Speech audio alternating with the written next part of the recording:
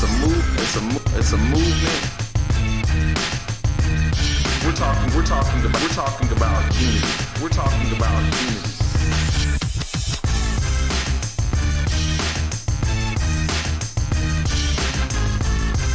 So we're aimed to taking down the system of race by educating, enlightening, informing, and positively debating with those who have counterviews.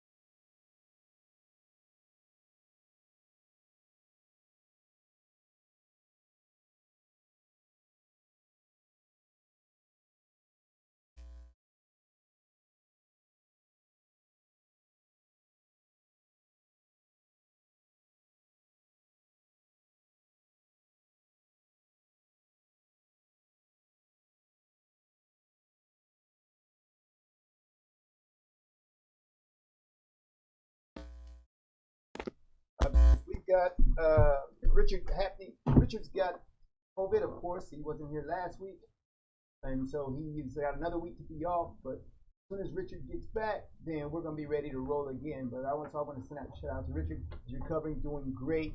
He got the cure, and so that's what's happening. All right, so I want to make sure you got my audio. My audio happening, Vince? Okay, so we're good to go. All right, so we're looking forward to Richard coming back. We're excited to have our guest. He's from the Kingdom Group. I'm going to introduce him later in the show. But before we do that, I want to give you a little commentary about what's happening and what's going to happen in the days following this election. So we've done all the hoopla. We had all the things that have happened prior to the election. The last 4 years have been tumultuous. Some people would say divisive. They say we're divided as a country. And I'd say we've kind of been divided for a long time as a country. And so let's talk about some plans of how we're going to implement change so that we become more united as a country. Besides the fact that I've got a unity movement, which I've had for a couple of years now, and my guest coming into the show has also had a unity movement. So you've got a lot of people screaming unity, unity, unity. You even got some of the politicians screaming unity. But we haven't been able to really bring that to fruition. So we're going to have to make sure that that kind of happens post-election. So I want to give you a little commentary about how you can make that happen in your personal life. You might have relatives. You might have people that you see every day, friends, who you all are now at odds because of this election. One of you might be Biden, one of you might be Trump, one of you might be Harris, one of you might be Pence. So you got any reason, there are a number of reasons that you might have division happening. So after the election happens, somebody's going to win, somebody's going to lose. The key to how we get beyond this is for those who win to show some grace. Now, the reality is you can do that in your relationships every day. You can be the type of person who's always showing some grace. And what does it mean when I show grace? It means that I can sympathize. I can empathize. I can relate to the position that you're in. And I try to do that. But let me tell you, if you have not built up the relationships prior to this, it's going to be impossible to do. Because it's based on relationship. Let me give you an example. If I have had a great friend, and in some cases when you're married, it might be your spouse, someone that you genuinely care about, someone that you genuinely love and care for. If they are on the opposite side of this issue, the election issue, and let's say they're for Biden and you're for Trump, when you lose, if Trump loses and Biden wins, you're not nearly as upset. Why are you not as upset? Because that person that you care for deeply won.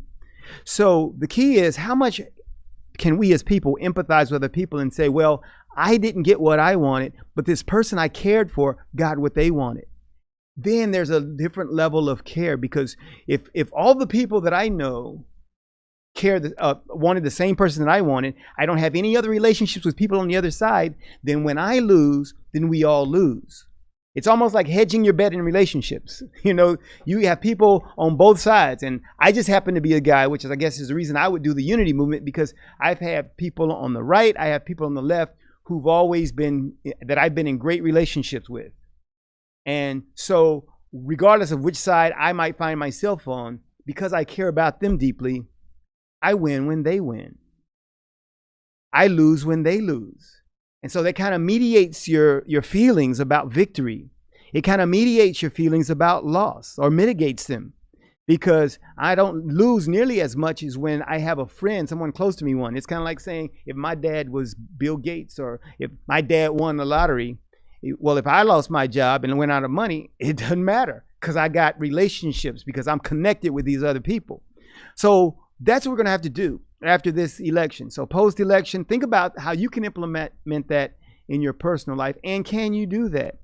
Can you look at people who disagreed with you, people who voted for the other candidate, and say, well, I'm happy that you are now happy, that you got what you want? Because at the end of the day, what we're going to have to do is we have to come together anyway to create solutions. See, what happens in America, which I think why is America so great, is because I think there's a great balance between the fact that we've got far left and we've got far right, that we've got liberals, conservatives, that we've got Republicans, Democrats, because that means whoever you are, you can fall anywhere on that spectrum. You might not be either, and you might call yourself an independent, or you might call yourself a libertarian. You might be outside of all of that.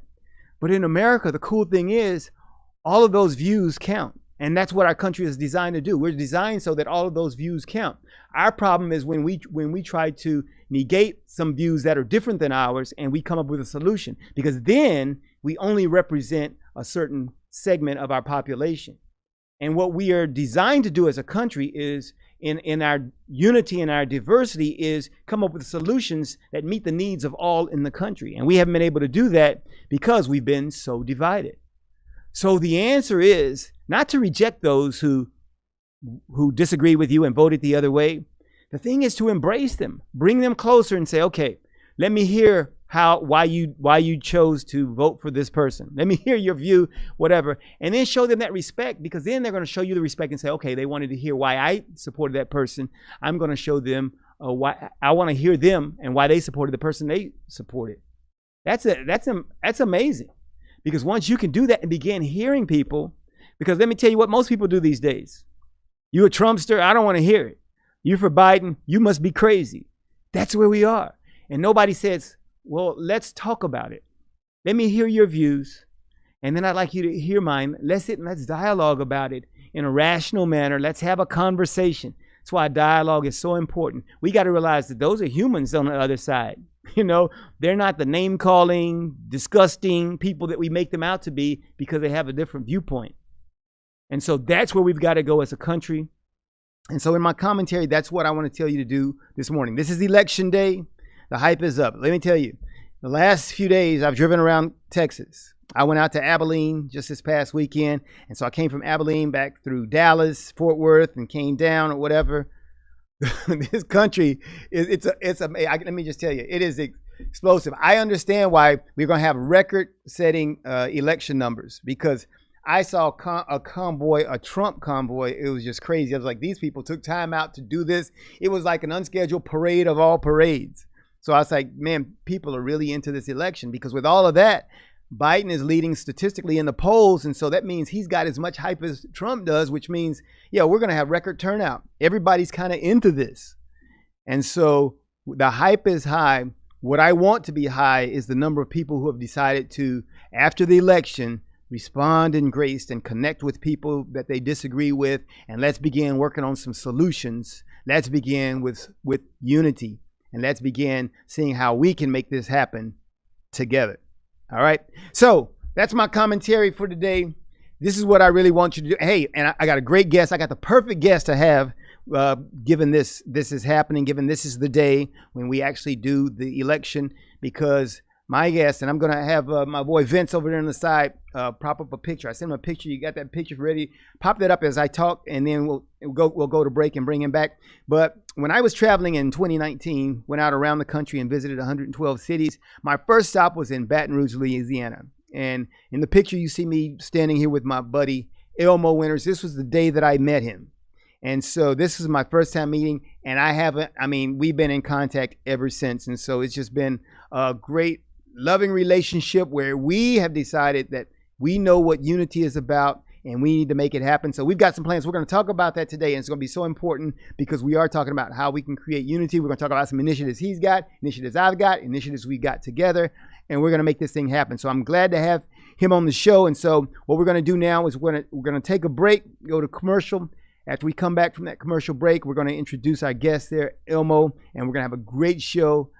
Stay tuned for that. It's going to happen right after this break.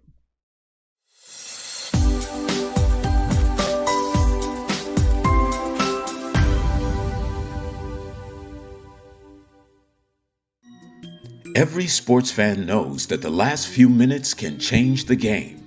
Texas has had record voter turnout, but it's not over yet. Voting is not a spectator sport. You have the power to change the game. We need everyone to get off the bench and get involved. We can't afford 4 more years of this administration. Get out and vote this Tuesday, November 3rd. Paid for by Texas Black Democratic PAC.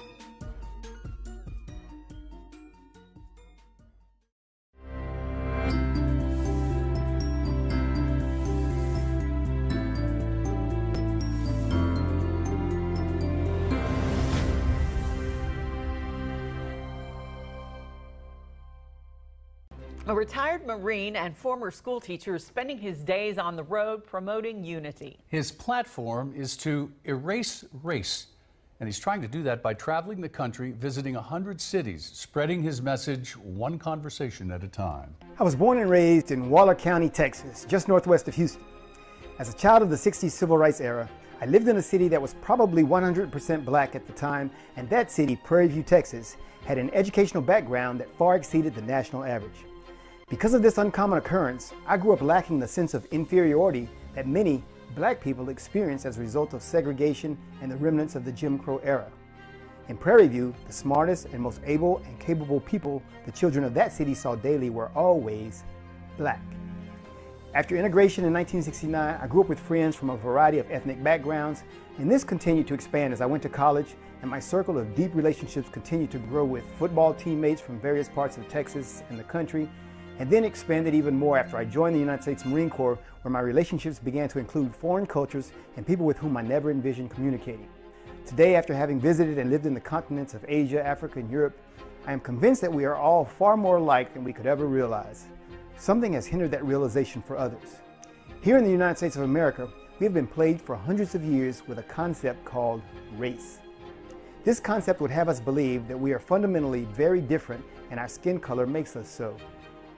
Though anthropology, sociology, and medical journals continually refute this, many Americans continue to harbor the erroneous beliefs associated with race.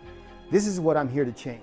Hello, I am Carlen Charleston, the Executive Director of Erase Race. We are a 501c4 nonprofit organization designed to remove race from our society and unite people across all demographics and bring them into the novel reality that we are all quite differently the same. That phrase may sound contradictory in itself, but it really makes sense. Once we understand our common origins from whence we all originate, then it becomes much more interesting to see how differently we have evolved in our geographic regions as one people. Erase Race began the work of unifying our country when I embarked upon a 112-city tour last June. Driving the Unity van from coast to coast and from north to south, the thrill of visiting the 48 contiguous states and meeting people I would have never met otherwise was simply amazing. From Baton Rouge to Boston and from Philadelphia to Phoenix, I became more American every day as I met the people that make up this great country, and that is where I want to take you. This is city number 76. Shaking hands, visiting people and places, striving for unity as a human race. It has really been phenomenal. Number one, to travel the country and go to different places in our country and meet the people is what most Americans need to do. He said there have been surprising interactions, even poignant moments, stopping along sites of historic importance like the Liberty Bell and Harriet Tubman's home. He'll make his final stop in December, but his work will be far from done. Carlen's life is the American Unity Movement, and he's hopeful one day soon people truly won't be judged by the color of their skin, but by the content of their character. That's my vision, that we have people, and we can then respect people and live with people.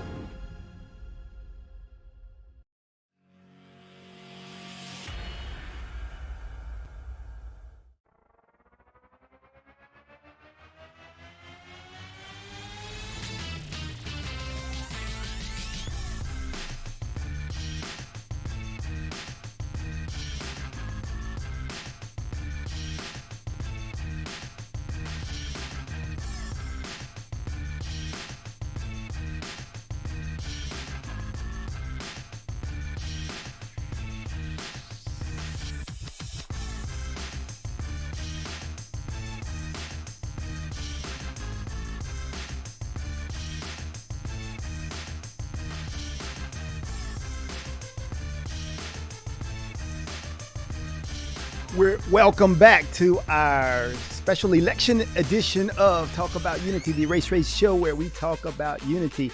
And I'm really excited now because you see there on my screen, I've got my brother of all brothers, my guest for today's show.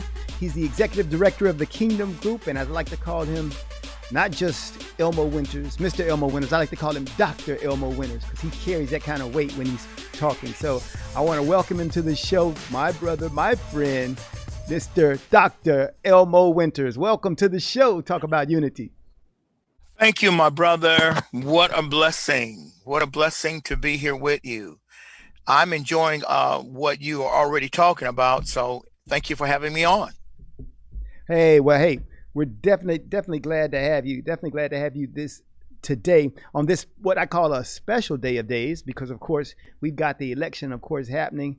And so, I know that both of us have these, what we call unity movements. And we're going to talk about that later in the show. We're going to talk about your unity, my unity, and what it means to us. But one of the things that I want to talk about and have you talk about up front is, what are your expectations for our country post-election concerning unity, concerning, regardless of what happens, what are your expectations for the way the country is going to look?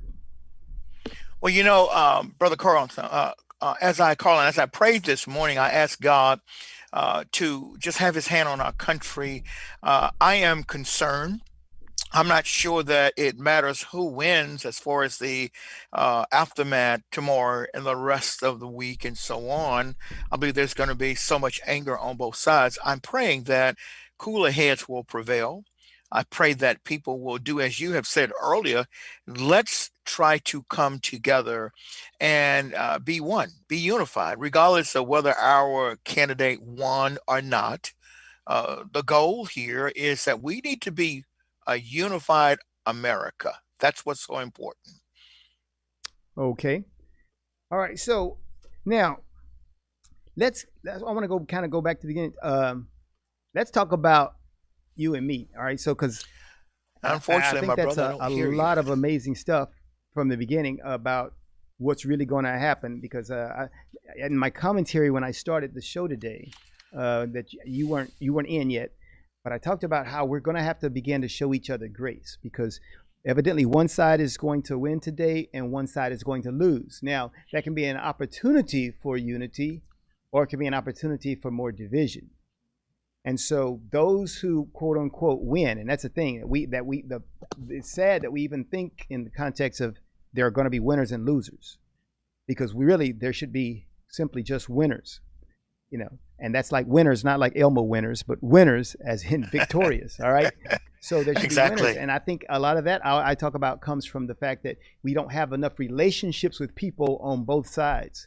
We've only got relationships on one side. So many of us are just, we sectored off into our relationships. So we're all this or we're all that. And so I think that is kind of our problem. But I want to hear you talk about, though, your brand of unity and what the Kingdom Group represents and what you're doing there, just for the knowledge of the people, because I know and I want them to hear that. So let me hear you talk about that for a little bit.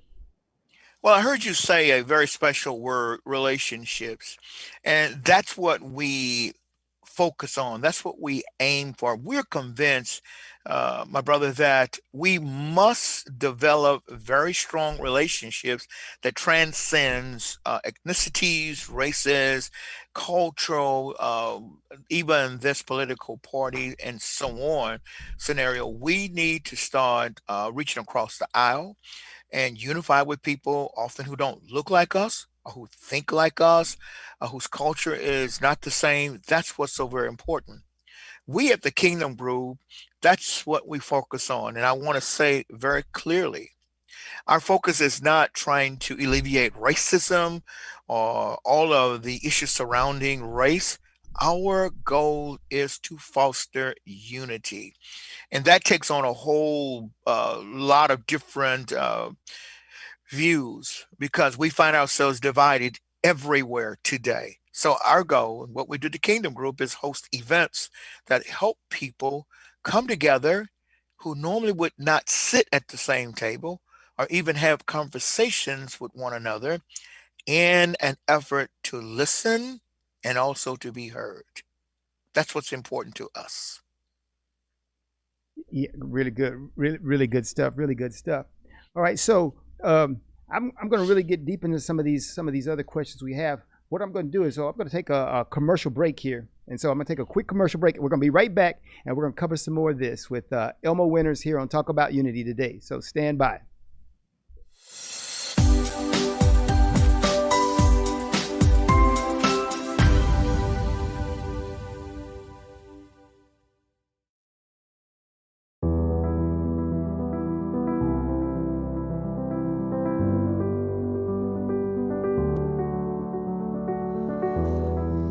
Between the ages of 0 and 5, a child's mind is very impressionable.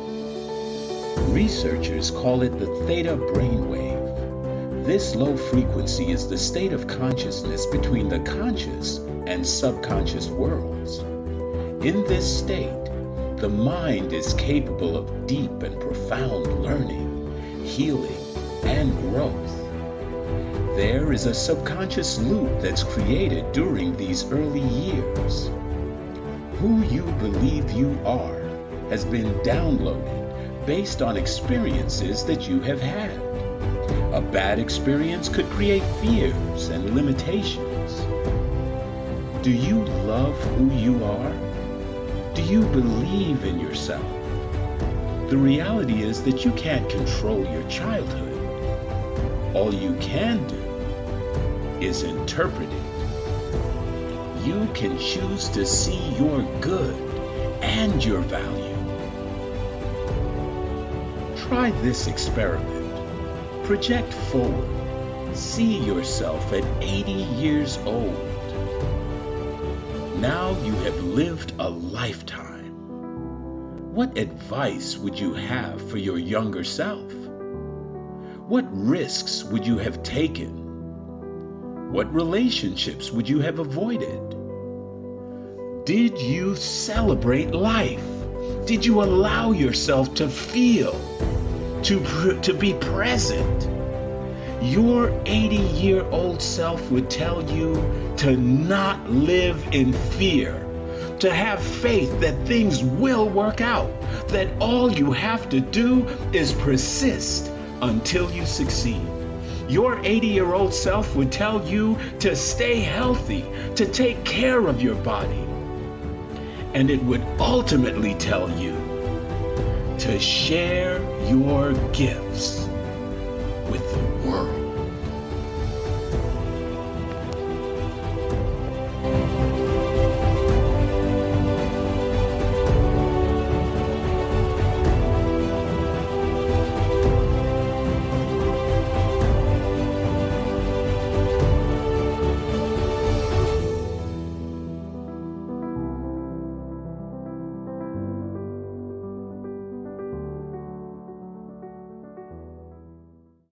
We work our whole lives to support our families. With one accident or illness, it can all be gone in an instant. Now there's a smart, affordable way to protect your family. Go to findhealthbenefits.com and discover low-cost life insurance for as little as $2 per month. Add to that a tax-deferred annuity that can help you protect your assets and grow your money for retirement. Learn more. Go to findhealthbenefits.com. or call 877-235-6094. A critical illness can strike without warning and wipe out your life savings. In fact, it's the #1 reason for bankruptcy. Find Health Benefits offers an affordable solution. Get up to $50,000 if you get cancer, stroke, or a heart attack, giving you the peace of mind to focus on getting better while the plan helps you to pay your bills and medical expenses. Learn more. Go to findhealthbenefits.com or call 877-235-6094. 66% of seniors spend more time shopping for cable TV than Medicare plans. Most say because it's just too confusing. Laws change every year. The wrong plan could cost you thousands and prevent you from seeing the doctors you want. Introducing findhealthbenefits.com. Save time, save money, see specialists without referrals. Go to findhealthbenefits.com or call 877-235-6094 for this informative brochure. Society is on the edge. Let's bring them back. Edge Radio, because truth still matters. Are you a small business owner concerned about the downturn in the economy? Top business leaders like Mattress Mac and Warren Buffett will tell you that now is the time to promote your business more than ever. People need your services. Your business needs an edge. Learn about special advertising packages for small businesses right here on Edge Radio. Find out more, give us a call at 281-744-0446. That's 281-744-0446. Edge, because truth still matters.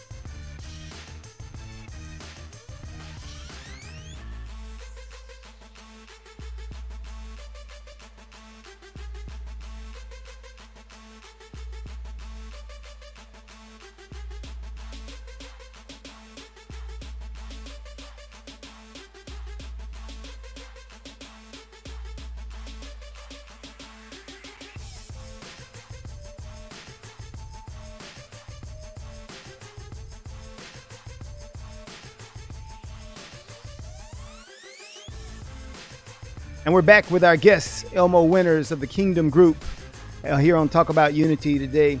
And I want to go back and let's get some more about that Kingdom Group origins, because then I'll draw the connection between how we met, because that's important in itself. And then we'll go forward, and then we'll talk about some plans for unity and how it's going to be so important after this election. So give us a little bit more of that, Elmo, please. Back in 2016, our city, Baton Rouge, was rocked by the shooting and actual killing of a young black man by a white police officer. And that kind of shook our city. For several months, we went through unrest, protesting, all these type of things, but there was really no real solution. And after we met several times with local ministry leaders that we knew, we decided to start having a meeting to just bring people together. White people, black people, people who are of Asian or Hispanic ethnicities, it didn't really matter. And started off with men having a breakfast together. And in February of 2017, we actually hosted our very first men's unity breakfast. And since that time, we have been hosting these events every month for nearly 4 years now. And we are seeing just unbelievable results, not only with the change of attitude by people who normally would not come together, but relationships are being built. And that is our goal. So Wow. we're thankful. Yeah, now that's amazing, because you look at some of the things that have happened since then. Because you when you say 2017, you're way ahead of the curve. Not only just the George Floyd curve, you're way ahead of a lot of things, and it was born out of a bad situation, many of which we still have now. And so you're an intervention to some of the negative things that were happening then, that happened at the time, and probably have staved off many more that could have happened because of your intervention into the community there. And so that's a very good lead for an example of what needs to happen in the rest of society. That's really good. Well, we are excited about the fact that in Baton Rouge, our little city, although we had that incident happen, we never had any rioting. never had any looting, burning, or anything of that nature. I'm convinced that a lot of this has been kind of headed off by having people come together. And, Carlin, I could give testimony after testimony of guys who have come from very racist background, who've had an opportunity to sit with others who they were told, don't have anything to do with them because they're like us. And these men have given testimony about how, after sitting with some men and learning their story, that they see things different today. And this is what we're promoting at the present time. That's really great, really great. And yeah, when you talk about 2017, because it was in 2018 where I stopped teaching and decided I was going to do this unity movement. And then it was 2019, and I want to connect that to when we met. And the picture I showed before you got on, I showed a picture of us standing by the van there when I came through Baton Rouge in June of 2019. And we had this idea, and I didn't really know the depth of your organization and what you were doing at the time.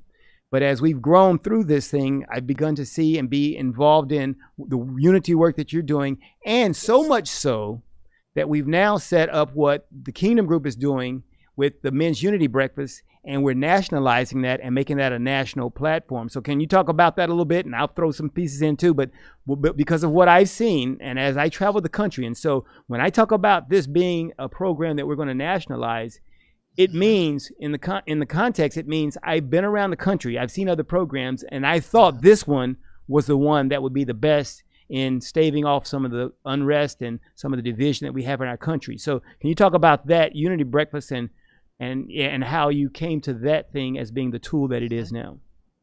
Well, thank you. Again, you, among several others, have told us, even after looking across the nation, that this program that we're utilizing is a very unique one that is producing results. That's what we want to do. And what I call what happened to us in 2019 was a divine connection. And God brought us together so that we could spread his work throughout the nation. And we have really prepared ourselves for what is about to happen. Let me say this, Carlin, as we look so negatively at the COVID-19 pandemic as being, this has been such a bad thing for us. It has been a tool that God has used to get the message out about what we're doing. Every month we continue to have these men's unity breakfasts, but we went virtual.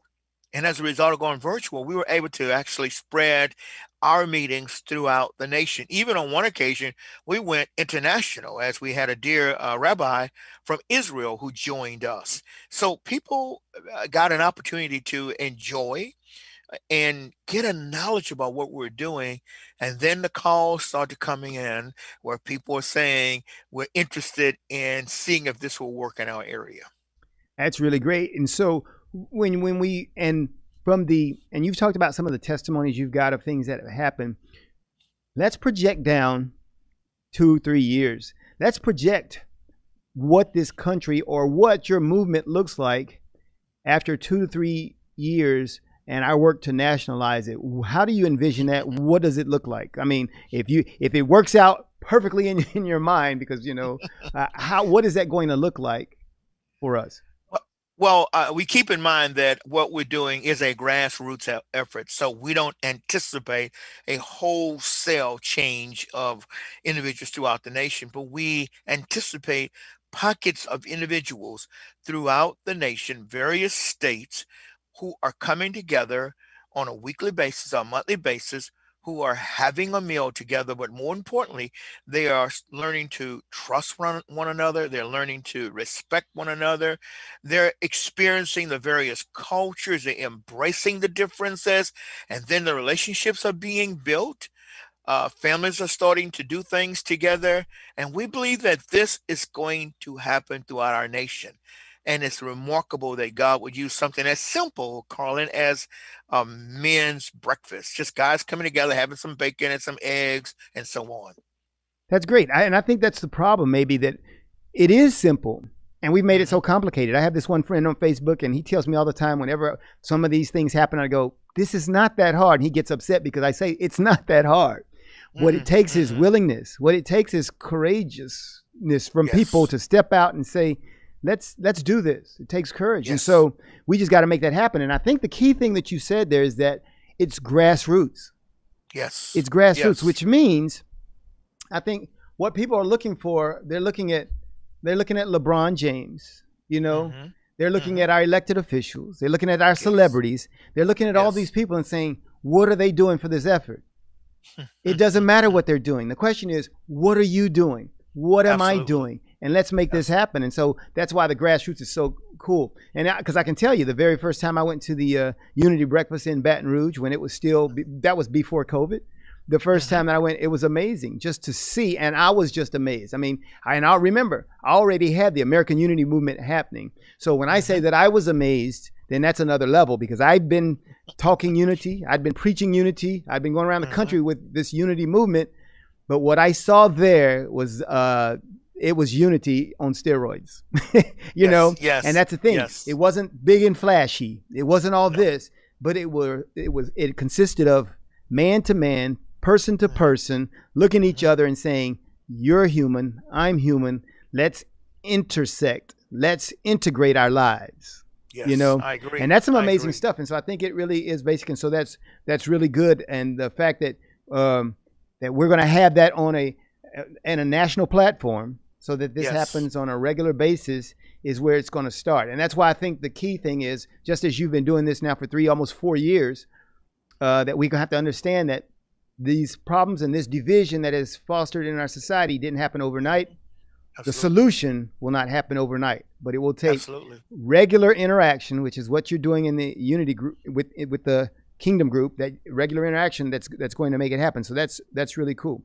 All right, so Absolutely. I want to talk a little bit about some of the theory behind actually what's going on here, because we keep hearing this term and everybody keeps saying together. I hear this word together more than anything. We're going to do this thing together. I mean, Mm-hmm. whether Mm-hmm. Biden says it, I hear Trump saying it. So both sides, they have their brand of togetherness. And so, but with both of the sides, and those sides focus right now, of course, like I said in the commentary, focused on winning. I don't see us really fostering in this country that sense of togetherness. All right. Mm-hmm. And I think a lot of that has to do with what are the things that we are going to accomplish together. Now, we're talking about unity, and that's very good in theory. Mm-hmm. But Mm-hmm. when I think about unity, I think of it from the kind of like the Marine Corps boot camp viewpoint. And the thing that made us unify was that we had shared pain. We had shared, Yeah. that drill instructor Yeah. ensured that we had shared pain. So that caused us to kind of unify. Yes. And so I Yes. think in America, while we're doing our theory of unity and bringing people together, what do you see as some of those things that are the big things that we're going to be able to do together? They talk about this togetherness. What are some of the big things that maybe, or do you think that there are things that we can do that bring that sense of unity? Because there are some big things that we as Americans can achieve together. Yes, I'm convinced right now there are a few things we need to really focus on if we're going to unify. First of all, I tell people we must be willing to be intentional. We have to prepare ourselves to come out of our comfort zones, come from out of the things we are normally around or in, and be willing to again cross the aisle, cross the track, cross the neighborhood, cross whatever you have to put yourself in a position so that you can hear somebody else's story. I believe they used to call it walking a mile in my shoes and that type of thing. But even before intentionality, there's a thing that and when we teach our courses on this, we talk to people about how they need to overcome ignorance. And I'm not calling a person dumb. I'm saying there are blind spots and there are things that they have been led to believe over the years based on myths, stereotypes, lies. And we grow up to believe those things. And it's not until we actually experience people of other cultures, other races, if I'll use that word, and so on, that we realize it's not true. And then once that happens, Carlin, you move into an area of awareness. I believe they're calling it politically correctly now, being awake or awoke or what have you.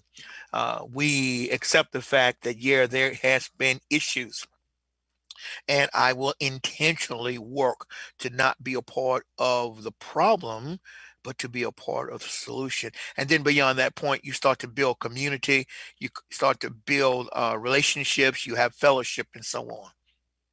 Really good, really good. You talk about, yeah. So what is the difference between what we're talking about when we talk about intentional integration and working with people? What's the difference between that and this concept that they have on the other side of being woke? Well, you talked about it a moment ago.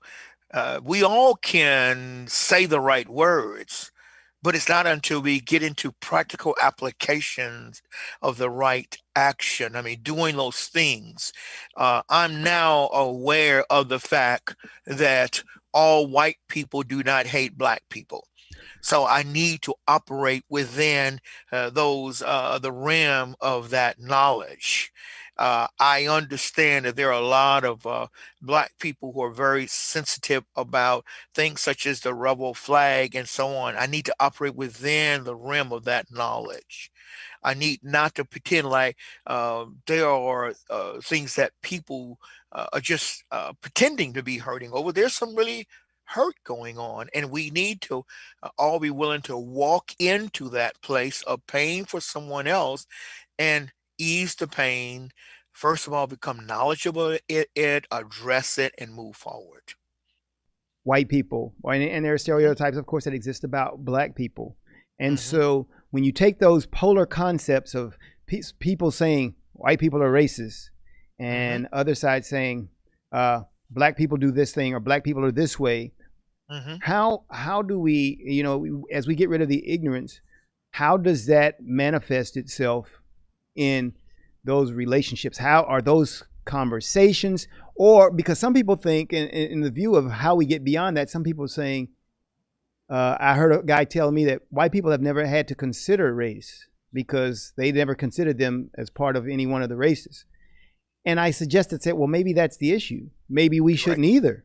Maybe we shouldn't either. So how do we take those two different ends, stereotypes on both ends, and get rid of, and say, with your objective of getting rid of the ignorance, does that mean we don't talk about it, or do we address it to get rid of it? So I think that's the question. I believe we have to talk about it. I believe we need to address it and not have pretend like there's not an issue. I need to find out what causes my brother harm and what hurts another, with the concern of correcting that or healing that or helping him or her to understand. Let me give you a case in point. We have a group that we are teaching a study in and this group is in the southern part of our state, and they're predominantly Caucasian. And I started teaching a lesson there a month ago and just kind of introduced it, and they begged me, please come back and do the second part so I could help them overcome the issues that they have been dealing with for a while. And I remember giving an illustration of how one of the guys in the group has made tremendous strides in this area we're talking about, Carlen, in that when he sent a text out to the whole group and others inviting them, he introduced me as Pastor Elmo, Brother Elmo, and my brother, my friend. But never did he say a word in that text to, I don't know, maybe 10, 15, 20 people, anything about my race or ethnicity. He never said my African-American brother or my black brother. He said my brother. And we are at that level in our relationship. Do we see the difference? Absolutely. But does it matter? Not at all. Really good stuff. Sounds like you're on my erase tip. All right. That's what I'm liking. It sounds like the erase. All right. So really good stuff. And we're going to talk about some more of that as we come back after the break on Talk About Unity. I got my guest here, Elmo Winters from the Kingdom Group, and we'll be right back after this message.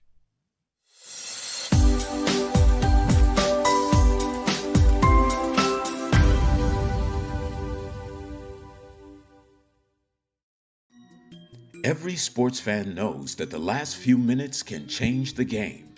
Texas has had record voter turnout, but it's not over yet.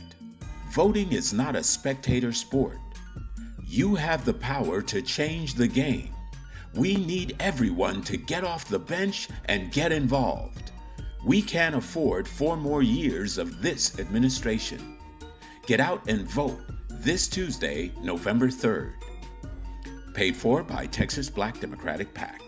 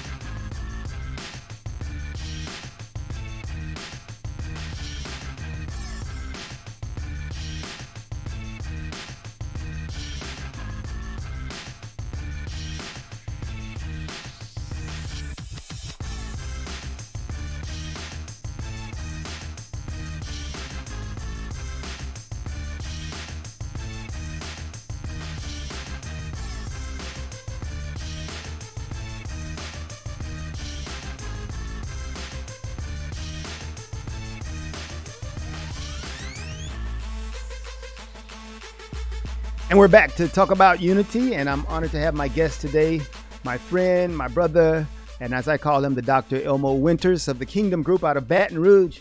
Tell you what, in Baton Rouge, you go to Baton Rouge, you can, with the people I know there, you can get you some nice Cajun food there. So, every time I go there, somebody's giving me some boudin, or they're giving me some gumbo, and that's the kind of stuff that happens in Baton Rouge. So besides Elmo, my brother there, I can always go there for the food. All right. So glad to have you. Now, when we finish, we were talking about some of these stereotypes that exist that have left people willfully, we'd say willfully blind, and more specifically, ignorant of other people groups. And so we've got this election that's going to happen today. I wonder what your view is on what is the role that organizations that have been, we'd say, on the polar extremes, on the fringes, like Black Lives Matter and even some of the alt-right groups, those groups. What is going to be their role, what do you think, after the election? And I guess a lot of that would be contingent on who you think is going to win. What do you think is going to happen in our country with those type of groups in the coming years? Well, Carlen, I'm very troubled to even think about what's going to happen going forward.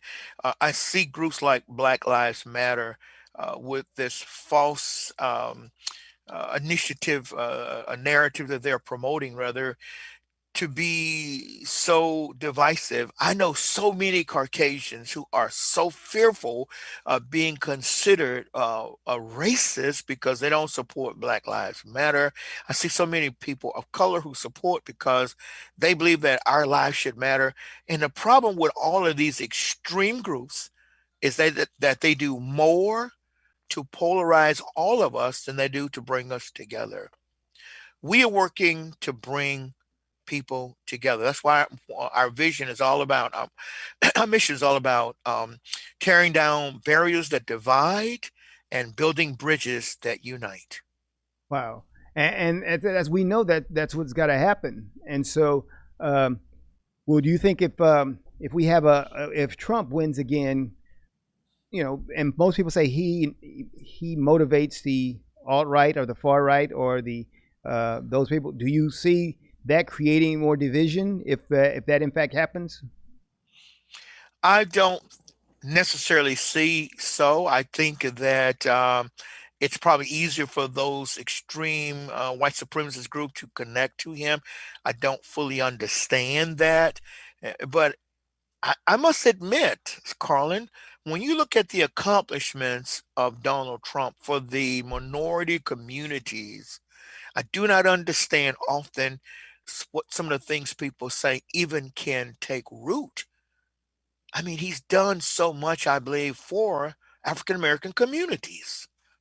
Well, and here's I've got a blog post that I put out there about narratives, and the narratives, and I make the point that narratives don't have to be true; they just have to be told. you know. Yeah. And so I think you Yeah. got that has happened, that is spread. And so people rarely look at the real facts and they listen to Correct. the narratives. And who Yeah. controls the narratives? Sometimes it's the media, sometimes it's Yeah. the billionaires, millionaires. They Mm-hmm. control the Mm-hmm. narratives. And so it's not Mm-hmm. really the truth, but it's what I've heard. And that's Mm-hmm. why it's so important when people tell their story. Every time you hear a story, it's an anecdotal story. This happened. This Mm-hmm. might be one out of 1,000 people that this happened, but I'm going to tell this one story, and it supposedly represents a narrative, but that narrative as a whole might not even be true. So we're kind of caught there. And so I think it's people like you, Elmo, with the Kingdom Group doing what you're doing, Men's Unity Breakfast, that's going to make the difference as we go forward. And I definitely hope to be a part of that. So let's talk about our intersection and what we plan on doing, or as we nationalize this. So explain to the listeners how this is going to happen. You and I have talked about it some, and this will continue to be fleshed out as we connect up and make this happen. But I'm the guy who travels everywhere, goes everywhere, looks to do everything everywhere. How am I going to do that with the Men's Unity Breakfast? Well, I consider you to be our mobility partner, in that you are mobile. You're out there. You travel state to state. And our goal is for you to take what you already know, plus all the data we can provide you with, to as many people as possible who say they want to do something to unify our nation. And as you travel from state to state and you're meeting key people, key leaders, we're believing God you will introduce them to the Kingdom Group. And we're glad to meet with these people and help them. Let's try this. Let's bring people together around a meal and promote unity. I believe it's going to happen. I believe this is a God thing, Carlin. I believe that's why God has brought us together. And let's face it, you are already doing the Erase Race initiative, the work you're doing, and God saw fit to bring us together. I believe we're going to make a powerful, powerful team. And so when I go out, who am I talking to? Am I grabbing random people, or am I talking to churches, businesses? Who am I talking to? All of the above. I believe that you're going to spend time talking to some ministry or church leaders, but we have seen a great amount of success with business owners, people of the community, even community activists or leaders in the community who can provide a venue, a very safe place for people to come together and have dialogue, dynamic dialogue, dialogue that is meaningful and is effective.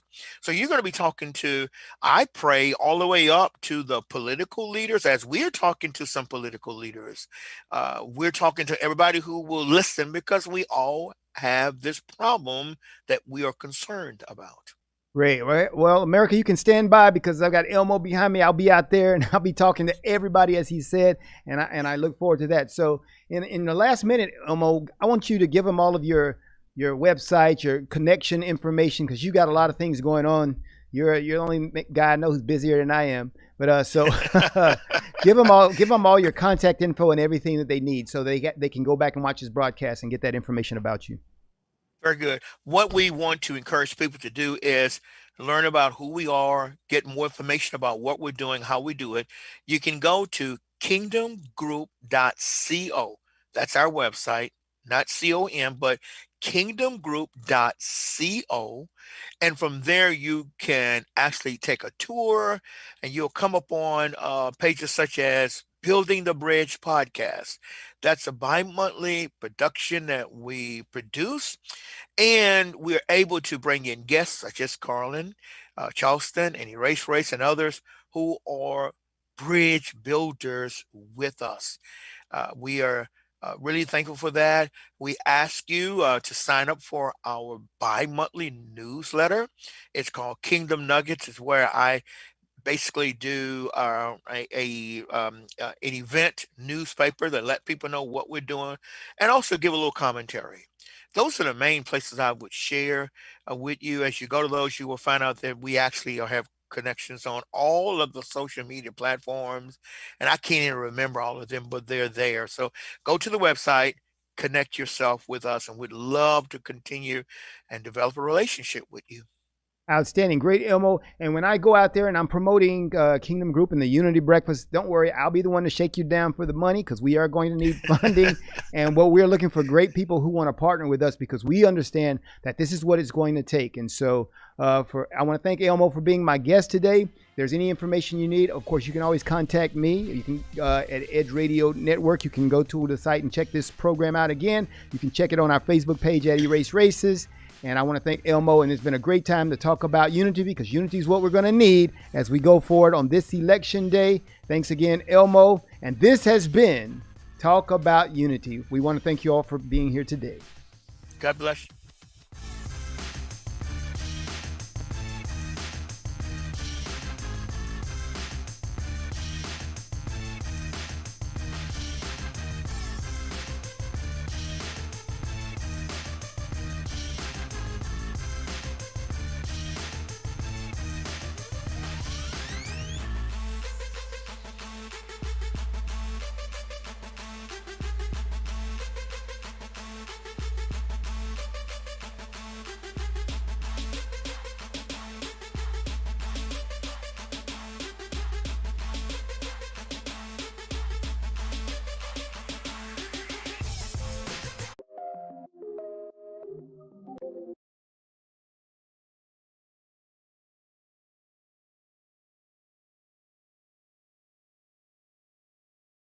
But I have two kind of talks that I do. One is what I call ninja talks. Yeah.